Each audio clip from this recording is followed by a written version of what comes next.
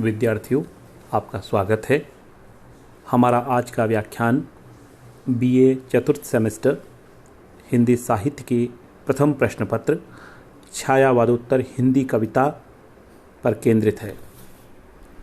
आज के कवि हैं गजानन माधव मुक्तिबोध। विद्यार्थियों, आज के व्याख्यान में हम दो खंडों में अपनी बातचीत करेंगे। पहला खंड मुक्तिबोध की पाठ्यक्रम में आधारित भूल गलती कविता का पाठ है और दूसरे खंड में इस कविता पर संक्षिप्त बातचीत। भूल गलती। भूल गलती आज बैठी है सिरह बख्तर पहनकर तख्त पर दिल के, चमकते हैं खड़े हथियार उसके दूर तक, आंखें चिलकती हैं नुकीले तेज पत्थर सी, खड़ी हैं सिर झुकाए सब कतारें बेजुबां बेबस सलाम में, अनगिनत खंभों व मेहराबों थमे दरबारी आम में, सामने बेचैन घावों की अजब तिरछी लकीरों से कटा चेहरा कि जिस पर कांप दिल की भाप उठती है, पहने हथकड़ी वह एक ऊंचा कद, समूचे जिस्म पर लत्तर, झलकते लाल लंबे दाग बहते खून के, वह कैद कर लाया गया ईमान, सुल्तानी निगाहों में निगाहें डालता, बेखौफ नीली बिजलियों को फेंकता, खामोश सब खामोश, मनसबदार शायर और सूफ़ी, अल-गजाली, इब्न सिन्ना, अल-बरूनी, आलिम फाजिल, सिपह सालार, सब सरदार हैं खामोश।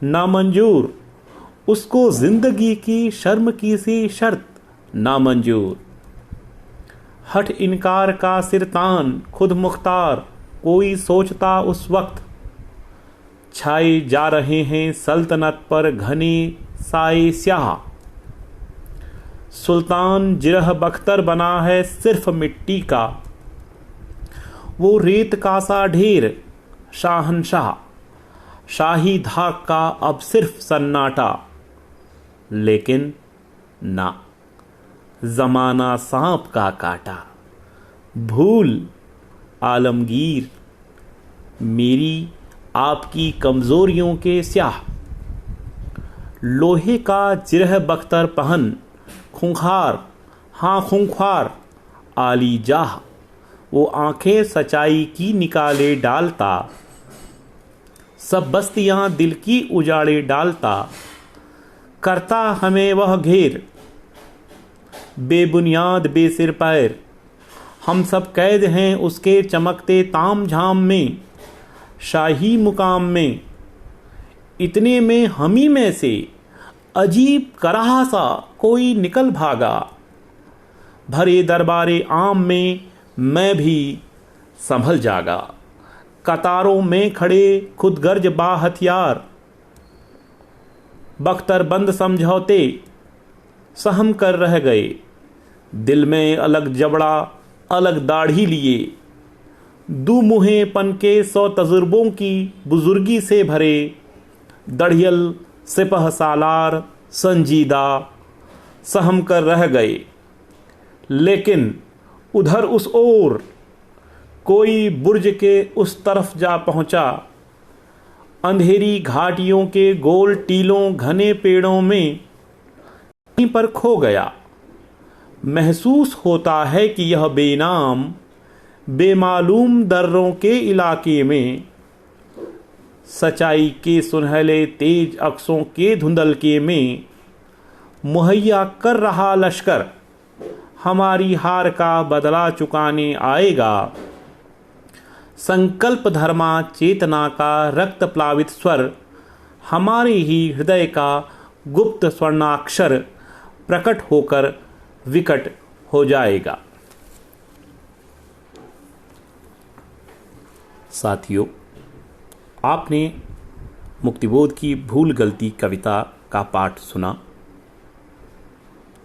मुक्तिबोध पर हम बात करें उससे पहले संक्षेप में हम जान लें कि आलोचना और पाठ का अर्थ क्या होता है।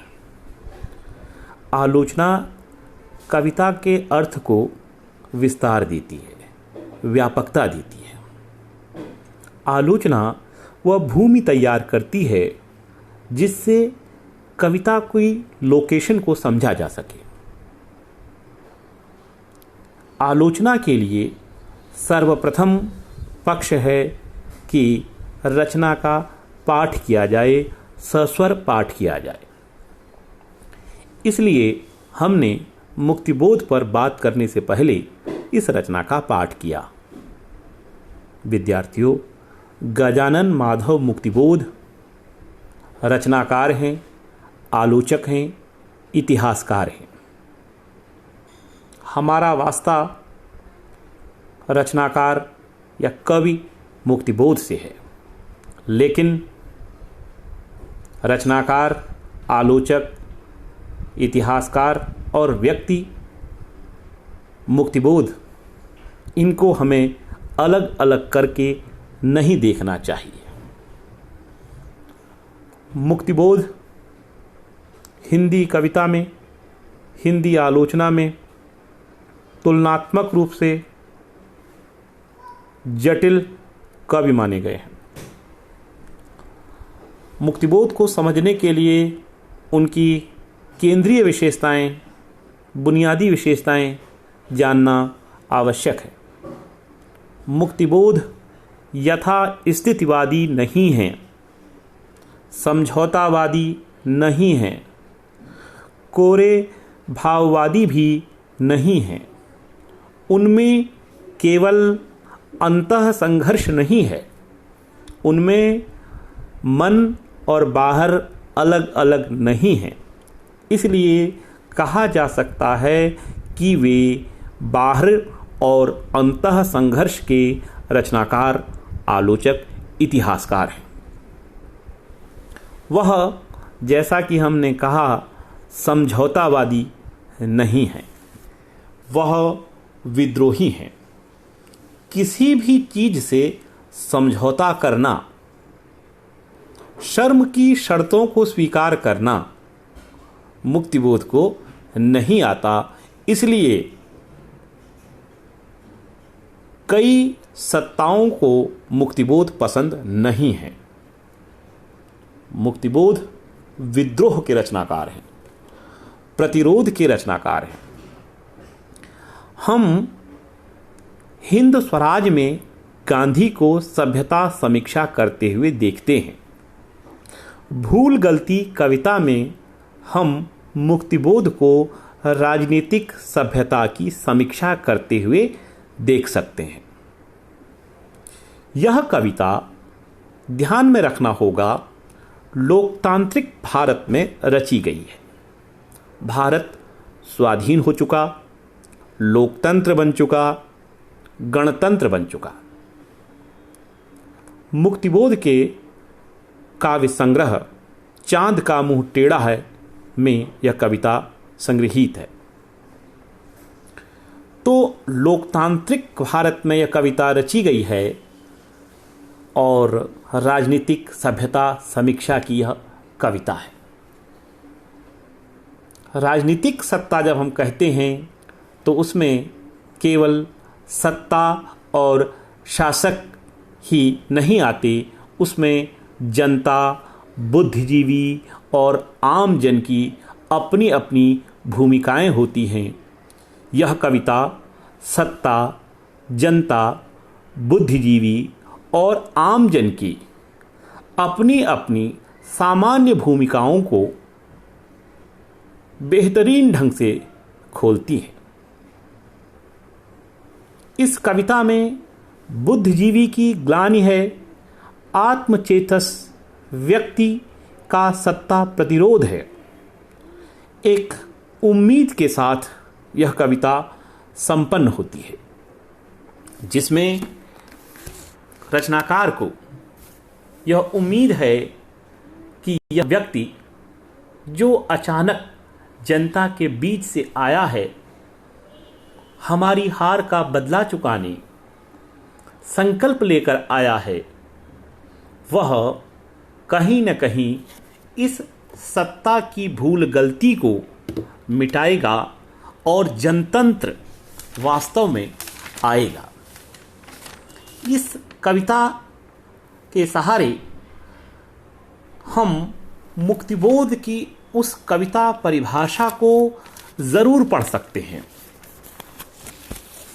जिसमें मुक्तिबोध यह कहते हैं कि कविता वैविध्यमय जीवन के प्रति आत्मचेतस व्यक्ति की संवेदनात्मक प्रतिक्रिया है।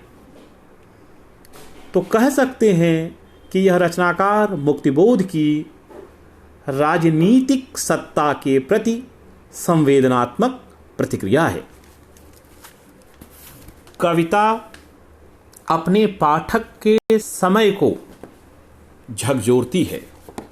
कविता हर पाठक के समय से जुड़कर कालजयी होती चली जाती है।